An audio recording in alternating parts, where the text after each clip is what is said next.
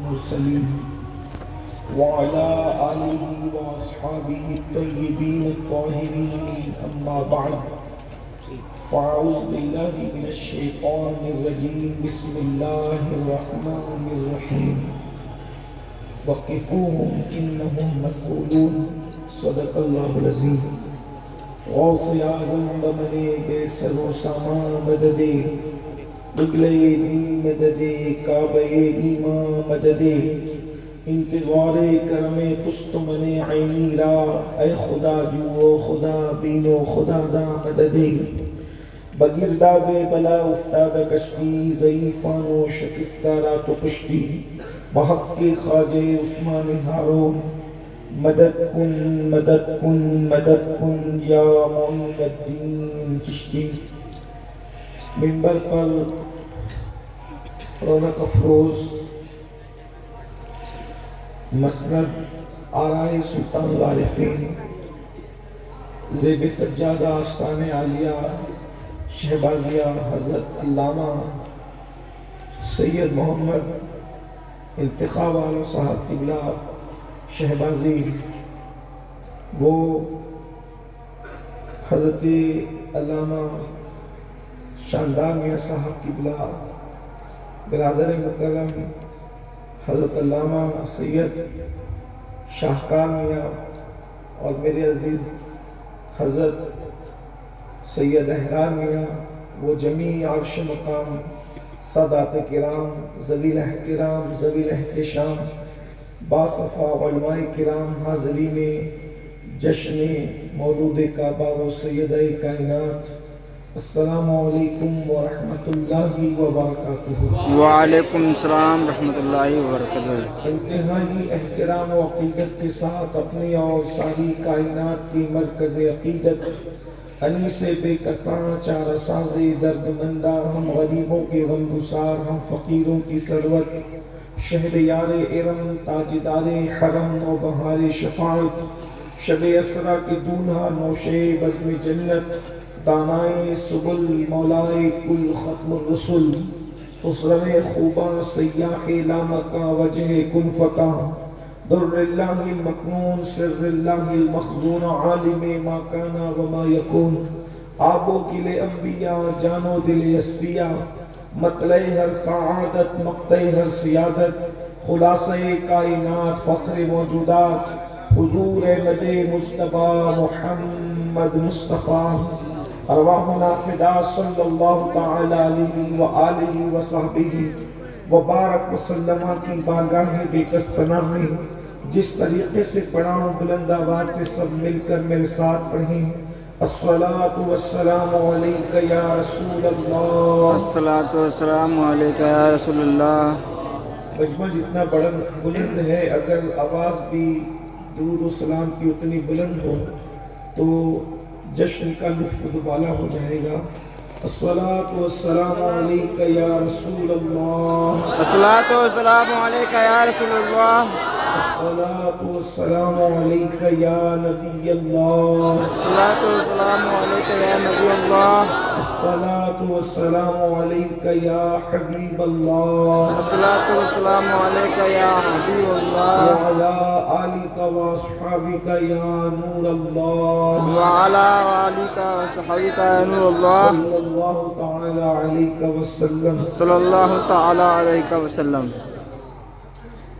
پارہائے صحف غنچہائے قدس، پارہائے صحف غنچہائے قدس اہل بیت نبوت پہ لاکھوں سلام۔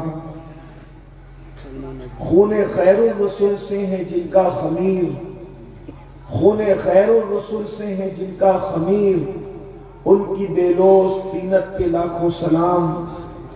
آب تطہیر سے جس میں پودے جمے، آب تطہیر سے جس میں پودے جمے، اس ریاض نجابت پہ لاکھوں سلام۔ جس کا آنچل نہ دیکھا مہو مہر نے، جس کا آنچل نہ دیکھا مہو مہر نے، اس ردائے نزاہت پہ لاکھوں سلام۔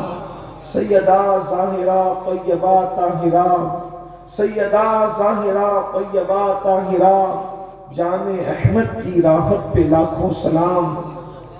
اصل نسل صفا وجہ وصل خدا، اصل نسل صفا وجہ وصل خدا، باب فصل ولایت پہ لاکھوں سلام، شاہ شمشیر زن شیر شمشیر زن، شاہ خیبر شکن، شیر شمشیر زن شاہ خیبر شکن، پرتوے دست قدرت پہ لاکھوں سلام، وہ حسن مشتبہ سید الاسقیاء، راکب دوش عزت پہ لاکھوں سلام، وہ شہید بلا شاہ گلب و قبا، بے کسو دشت غربت پہ لاکھوں سلام، بحر تسلیم علی میدان میں، بحر تسلیم علی میدان میں سر جھکے رہتے ہیں تلواروں کے۔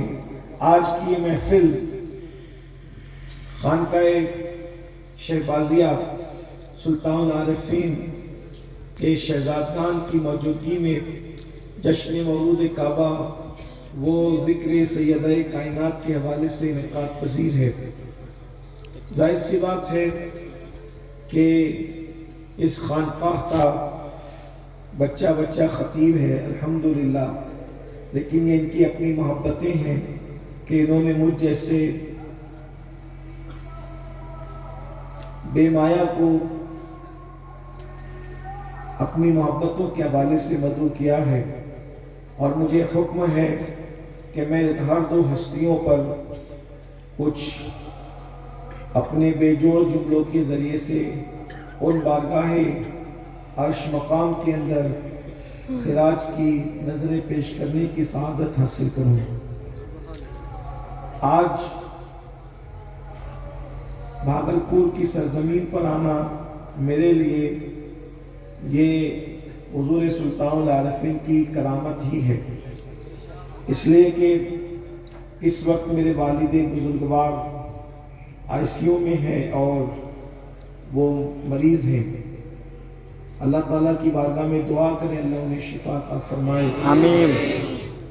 میں نے کل احرامیہ صاحب سے معذرت کر لی تھی، لیکن پتہ نہیں انہوں نے کیسی دعا کی کہ میں نے واپس جانے کا گھر ارادہ کیا، سارے پروگرام کینسل کر کے میرے والد صاحب آئی سی یو سے باہر نکلے اور اپنی تصویر ہاسپٹل کے باہر نکال کر مجھ سے کہا بھیا میں تو اچھا ہوں، میری وجہ سے ذکر سیدہ اور ذکر مولا کائنات اور ذکر رسول سے آپ منہ پھیر کر کے آنے کی کوشش نہ کریں، آپ اپنا سفر جاری رکھیں، میں اچھا ہوں۔ سبحان اللہ سبحان اللہ۔ حالانکہ ان کی یہ محبتیں، بعد میں نے پھر بھی کہا کہ میں آ ہی جاتا ہوں، تو انہوں نے میری کمزوری کو سامنے رکھتے ہوئے والدہ کے حوالے فون کر دیا، اور والدہ نے ایک جملہ کہا کہ ہم لوگ تو اچھے ہیں بھیا، اگر آپ کو بچوں کی یاد آ رہی ہو تو آپ آ سکتے ہیں۔ پھر میں نے کہا نہیں میں جاؤں گا انشاءاللہ، اور آج الحمدللہ یہ مخدوم شہباز محمد کا کرم، حضور سلطان العارفین کا، کہ آج ہم سب یہاں پر جمع ہیں۔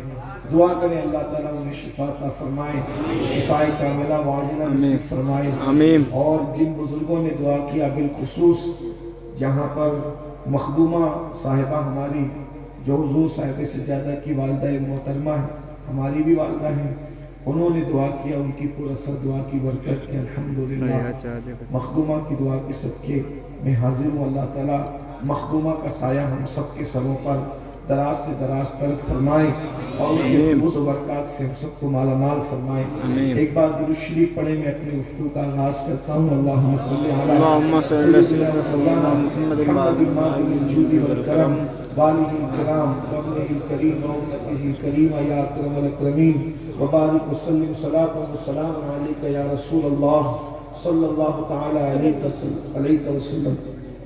ایک سوال آپ کے ذہنوں میں، انٹرنیٹ کا یہ دور ہے، اس وجہ سے کبھی کبھار پیدا ہوتا ہوگا کہ ہم مولا علی سے محبت کیوں کرتے ہیں، مولا علی کا ذکر کیوں کرتے ہیں۔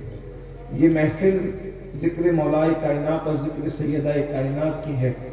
ذہن میں ایک سوال ابھرتا ہے، اس لیے کہ انٹرنیٹ کے دور میں بہت سارے سوالات اٹھتے ہیں۔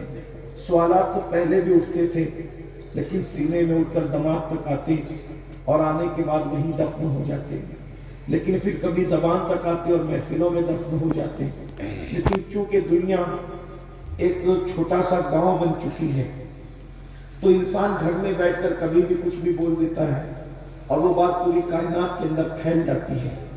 تو اس لیے پہلے بد مذہب لوگ یہ کہتے تھے کہ رسول اللہ کا ذکر کرنے سے شرک ہوتا ہے اور توحید پر ضرب لگتی ہے، لیکن ان کی باتیں وہی محفلوں میں دفن ہو جایا کرتی تھی، باہر نہیں آتی تھی۔ باہر آتی تھی تو جیسا سوال ہوتا تھا اہل سنت کی طرف سے ویسا جواب ہوتا تھا۔ پھر اس کے بعد یہ ہوا کہ ذکر اولیاء کرتے ہو تو توحید پہ ضرب پڑتی ہے، جوابات دیے گئے۔ پھر اس کے بعد ذکر حیدر کرار ہوتا ہے تو خلفائے راشدین کی عظمت پہ ضرب پڑتی ہے۔ اس طرح کی بات بد مذہب کرتے کراتے رہتے ہیں۔ یاد رکھیے، ذکر رسول سے کبھی توحید پہ ضرب نہیں پڑی، ذکر اولیاء سے کبھی توحید پر ضرب نہیں پڑی، ذکر صحابہ سے کبھی ذکر اہل بیت پہ ضرب نہیں پڑی، ذکر اہل بیت سے کبھی ذکر صحابہ پہ ضرب نہیں پڑی۔ دراصل یہ بد مذہب کو یہ ایک ہتکنڈا ہے، یہ ایک ان کا غلط نظریہ ہے۔ تو ہمارے دل و دماغ میں بھی چونکہ جب پروپیگنڈا ہوتا ہے تو کچھ نہ کچھ وسوسات پیدا ہوتے ہیں کہ آخر ہم ذکر علی کیوں کرتے ہیں، ہم محبت علی کیوں کرتے ہیں، ہم اس سے پیار کیوں کرتے ہیں، یہ تو فلاں کا طریقہ ہے اور یہ تو فلاں کا طریقہ ہے۔ جن فلاں کو آپ دماغ میں لے کے بیٹھے ہیں وہ حق پر ہے ہی نہیں، یہ ان کا طریق ہے ہی نہیں۔ یہ سارے طریق تو صرف اور صرف اہل سنت و جماعت کے ہیں۔ ہم ذکر علی کیوں کرتے ہیں، محبت صحابہ کیوں کرتے ہیں، محبت اہل بیت کیوں کرتے ہیں، ہمیں حکم ہے۔ لیکن میں نے جس آیہ کریمہ کے جس حصے کی تلاوت کی ہے، یاد رکھنا بھاگلپور والوں اور قرب جوار سے آنے والوں، اچھی طرح یاد رکھنا، ہم ذکر علی کیوں کر رہے ہیں، محبت علی کیوں کر رہے ہیں۔ اس میں مولا علی کا فائدہ نہیں ہے، اس میں اولاد علی کا فائدہ نہیں ہے، اس میں تو ذکر کرنے والے ذاکروں کا فائدہ ہے، اس میں تو محبت کرنے والے محبین کا فائدہ ہے، اس میں تو عشق کرنے والے عاشقوں کا فائدہ ہے۔ کیا فائدہ ہے؟ سنو سنو، جب قیامت کا دن ہوگا، میدان محشر ہوگا، وہ میدان محشر نہ کسی کے علم کی ڈگری چلے گی، نہ کسی کے تقوی کی ڈگری چلے گی، نہ کسی کی پرہیزگاری کی ڈگری چلے گی۔ دو جملوں میں کہہ دوں، نہ وہاں کسی کی دادا گیری چلے گی، نہ وہاں کسی کی بابا گیری چلے گی۔ وہاں تو صرف قدرت کے فضل کی بنیاد پر فیصلے ہوں گے۔ جس پر قدرت کا فضل ہوگا وہی جنت کا دولہا بنایا جائے گا، اور قدرت جس سے نگاہ فضل پھیر لے گی، جس کے ساتھ عدل کیا جائے گا، وہ جہنم کا کتا بنا کر جہنم کے اندر داخل کر دیا جائے گا۔ نہ ماں بیٹے کے کام آئے گی، نہ باپ بیٹے کے کام آئے گا، نہ بھائی بھائی کے کام آئے گا، کوئی کسی کے کام نہیں آئے گا۔ جانتے ہو محشر کسے کہتے ہیں؟ محشر وہ ہے، قرآن کہتا ہے یوم یقوم الروح والملائکہ صفا لا یتکلمون الا من اذن۔ اس دن جبریل علیہ السلام اور سارے فرشتے صف بصف اللہ کی ہیبت سے کانپ رہے ہوں گے۔ اللہ اکبر! جبریل بھی خدا کی ہیبت سے کانپتے ہوں گے، فرشتے بھی خدا کی ہیبت سے کانپتے ہوں گے، کوئی کسی کا پرسان نہان نہ ہوگا۔ دوستوں کے بارے میں قرآن کہتا ہے الاخلاء یومئذ بعضهم لبعض عدو الا المتقین۔ تمہارے جتنے پکے دوست ہیں وہ سب کے سب تمہارے دشمن ہو جائیں گے۔ اللہ اکبر! ذرا غور کریں، وہاں کوئی کسی کا پرسان نہان نہیں، وہاں کوئی کسی کے کام آنے والا نہیں۔ اللہ اکبر! جانتے ہو اس وقت نمازوں کا حساب ہوگا، اس وقت روزوں کا حساب ہوگا، اس وقت زکات کا حساب ہوگا، اس وقت صدقے کا حساب ہوگا۔ پوچھا جائے گا نماز پڑھی تھی کہ نہیں پڑھی تھی؟ جنہوں نے نہیں پڑھی تھی بیچارے ان کا کیا ہوگا، وہ تو وہ جانے۔ جنہوں نے پڑھی تھی میں ان پر گفتگو کرنے لگا ہوں، اہل علم کی توجہ چاہتا ہوں۔ اگر صحیح کہہ رہا ہوں تو تائید کریں گے، غلطی ہو رہی ہو تو پھر اصلاح کی جائے گی۔ اس لیے کہ الحمدللہ یہاں بے باکی سے ہی بولنا چاہیے، کیونکہ یہاں درسگاہ بھی موجود ہے اور خانقاہ بھی موجود ہے، اور درسگاہ بھی ایسی کہ 10-20 سال پرانی درسگاہ نہیں بلکہ صدیوں پرانی درسگاہ یہاں پر موجود ہے۔ یہاں پر صرف ہندوستان کے شرق و غرب کے لوگوں نے استفادہ نہیں کیا، بلکہ جس بخارا کو جا کر کے لوگ استفادہ کرتے تھے ان بخارا والوں نے بھی یہاں آ کر کے استفادہ کیا ہے. جس سمرقند پر لوگوں کو ناز تھا ان سمرقندیوں نے بھی یہاں سلطان العارفین کے قدموں میں زانوئے تلمس طے کیا ہے. اس لیے یہاں خانقاہ بھی ہے، درسگاہ بھی ہے. پوری ذمہ داری کے ساتھ گفتگو ہو رہی ہے. غلطی ہوگی تو اصلاح ضرور ہوگی کیونکہ درسگاہ بھی ہے، خانقاہ بھی ہے، ہمارے علماء و صوفیہ موجود ہے.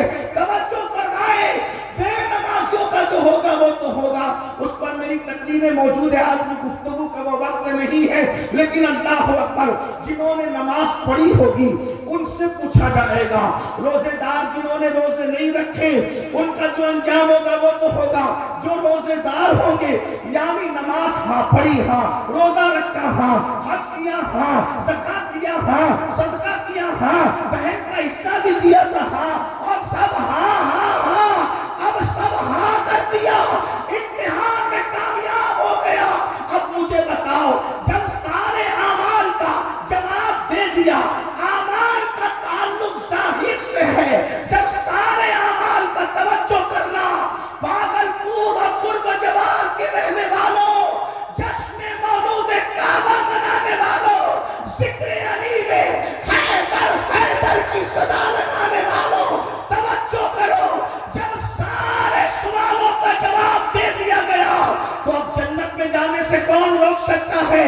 جیسے ہی جنت کی طرف قدم پڑے ارشاد ہوتا ہے وَقِفُوهُمْ، روکو ان کو، انہم مسئولون، اور ان سے سوال کرو.